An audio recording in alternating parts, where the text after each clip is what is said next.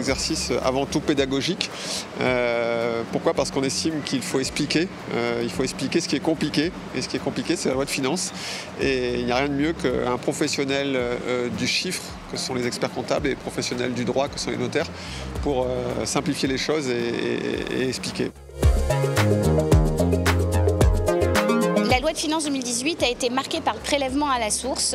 Bon, on voit qu'en fin janvier, les premiers bulletins sont sortis. On n'a pas eu trop de bugs. Même pour les gérants de SARL, ils ont payé leur premier acompte. Donc le prélèvement à la source, c'était loi de finances 2018. En 2019, pour moi, les impacts majeurs concernent la fiscalité locale. On a la prolongation de la zone franche d'activité. Elle devait s'arrêter fin 2019. Elle est prorogée aujourd'hui sans limitation de durée. C'est quand même assez exceptionnel.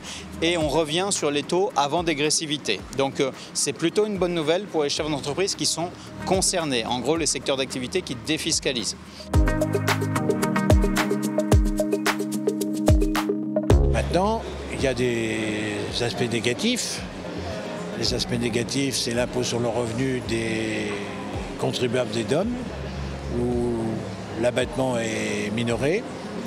C'est des taxes sur le véhicule de société sur les pick-up, c'est un certain nombre de choses de cette nature qui font que il faut faire la part des choses, mesurer les avantages, mesurer les inconvénients, et puis espérer que tout ça se passe bien pour tout le monde.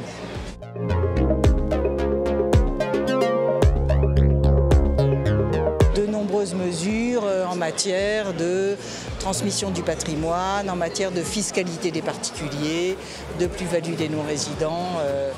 Voilà, des mesures ponctuelles, donc souvent un peu délicates à expliquer, mais qui ont besoin d'être banalisées pour être comprises. Le pacte Dutreil, comme j'ai pu le préciser, est un moyen d'optimisation fiscale dans le cadre d'une transmission à titre gratuit d'entreprises ou de parts de sociétés très spécifiques. On voit bien la volonté du législateur donc de faciliter cette transmission.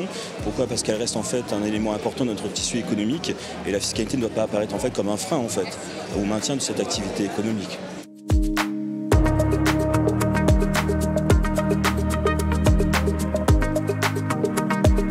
L'année 2019, ça va être la première année véritablement de mise en œuvre. Ce sera la première aussi année d'expérience où les gens se rendront compte que ils ont un taux, mais le montant d'impôt qu'ils payent dépend véritablement de ce qu'ils gagnent. Si un mois ils gagnent beaucoup, ils paieront un peu plus, mais le mois où ils ont un peu moins de revenus, alors le montant d'impôt sera plus faible.